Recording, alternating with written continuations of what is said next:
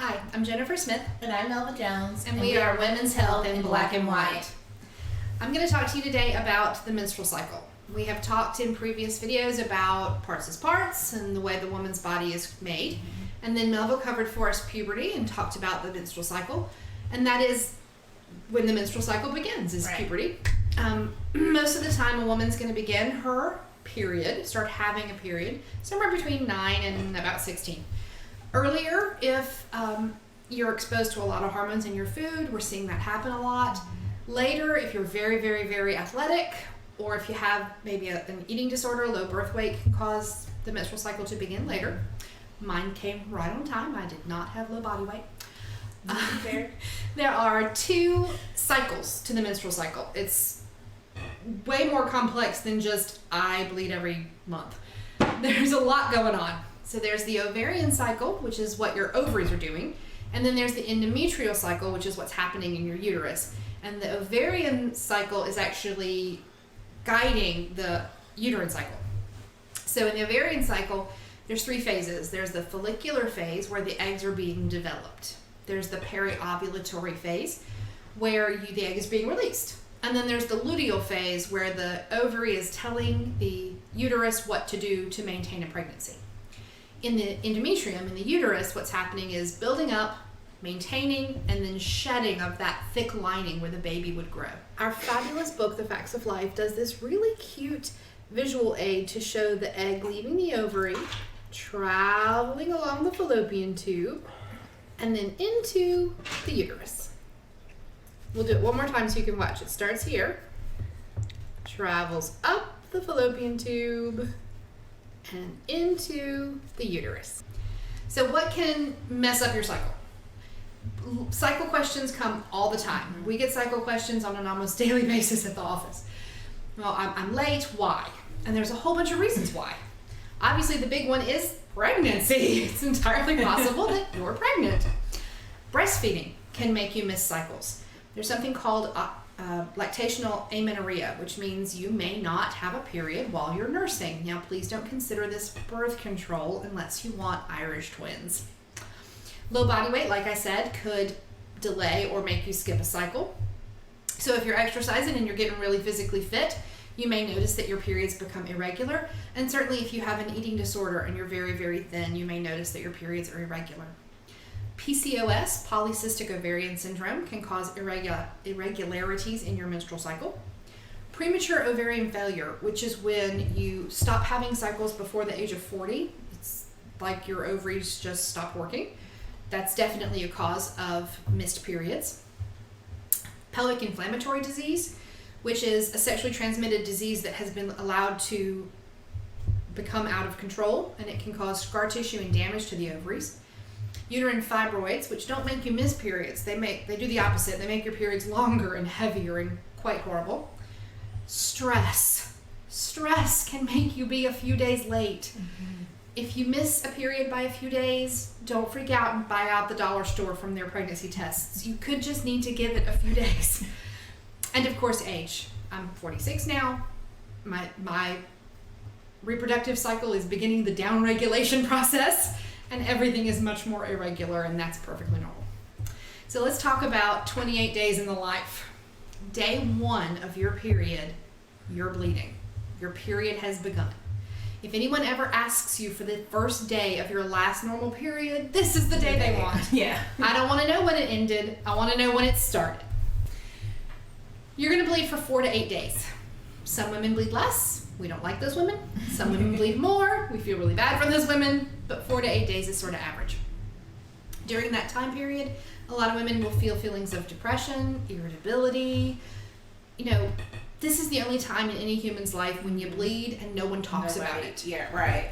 If anybody else was bleeding like this, it would be the center of conversation. But we ask women to bleed for 4 to 8 days and not mention it. Right. And to keep smiling and keep saying, smiling, I'm happy. good, how are you? Yeah. So yeah, you might be a little irritable. Day 1 to 5, your follicles are developing. You're in the middle of your period, but your body's already prepping for next month. You're beginning the process of building those eggs. Day 5 through 7, the follicles are still growing, and your estrogen has started to climb. Your period's tapering off, and you're feeling good. Your mood has regulated. You're not angry at people for no reason anymore. Your energy is increasing. You feel calm and relaxed and productive. Right. Day 8 through 13, this is when you feel your best. This is when you are fertile. This is when your eggs are almost ready to be released. You feel happy and energetic and sassy and sexy. If you wake up feeling really good one day, this is probably where you are. Yeah. Day 14 is ovulation. This is when your egg is being released. Now, you can get pregnant the 3 days before you ovulate and 1 or 2 days after. The reason that this is true is because your egg can live for 12 to 24 hours. Semen can live for 3 or 4 days. I don't know when you got pregnant. When you come to me and say, can you tell me exactly when I conceived? Unless it was in vitro fertilization, the answer is no. I cannot tell you exactly when you conceived. I can give you a window of when you were fertile. You have to figure out who the daddy is. Right. Day 15 through 24, your body is receiving signals from your ovaries to keep your uterine lining nice and thick and juicy in preparation for getting that fertilized egg. Your body's just waiting for that egg. If it comes, great, sister, you're pregnant. If a fertilized egg doesn't come, then day 24 to 28, the egg that your body has produced will start to break down. Your estrogen levels and progesterone levels will start to fall off, and that's your body's signal that it can shed that lining that it's not going to use this month. And then you're back to day 1 and you've started your period. This is when to call a doctor. If you haven't had a period for 3 months and you have a negative pregnancy test, there's something wrong. If you have a positive pregnancy test, call the doctor. If you're suddenly irregular. Now, when a girl first starts her period, that 12-year-old getting her period for the first time could have it this month and not again for 3 months. That's not abnormal. Over the course of the next couple years, she's going to regulate. Yeah. But if you've been regular for years and now suddenly are not, let us know. If you bleed for more than 7 days, or if you soak through a pad in under an hour, there's something wrong. Please, I've known women who lived with terrible periods for years because they just thought it was part of aging. Don't live like that. If you're soaking through your pads, if you're ruining your sheets at night, if you're bleeding for days and days and days, call us. If your cycle is less than 21 days or more than 35 days on a regular basis, please call. If you bleed between your periods, please call. And if you ever have severe pain, don't live like that. The other bad news about your cycle, you will gain weight.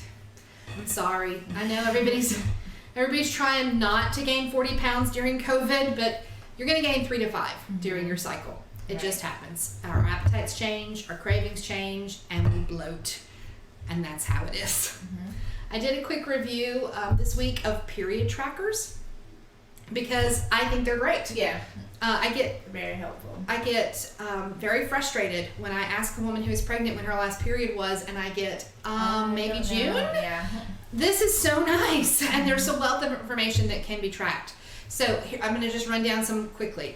There's one called Clue, which is great because it teaches you things about your body while it's tracking your periods. And it tracks everything. It tracks your skin condition, whether or not you have acne outbreaks. It can track your sexual encounters. It can help you answer the question, who's the baby's daddy? Yeah. There's one called Flow, which is probably the most popular. If you know somebody using a tracker, they're probably using this one. And it turns into a pregnancy tracker if you conceive. So that's kind of nice. Yeah. There's one called Aurea. It's a fertility tracker mostly, and it's for women who are trying to conceive or who are actively using something called natural family planning, which is where you aren't on birth control, but you're trying to avoid intercourse during your fertile days. It includes things like basal body temperature, cervical mucus, and cervical position.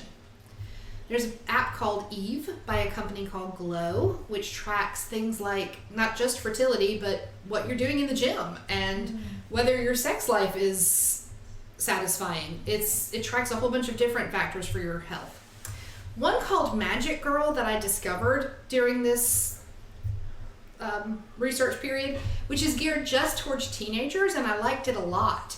And it talks about hygiene and what women's hygienic products are out there, how to use them, and it reminds them to take their birth control pill if they're on it.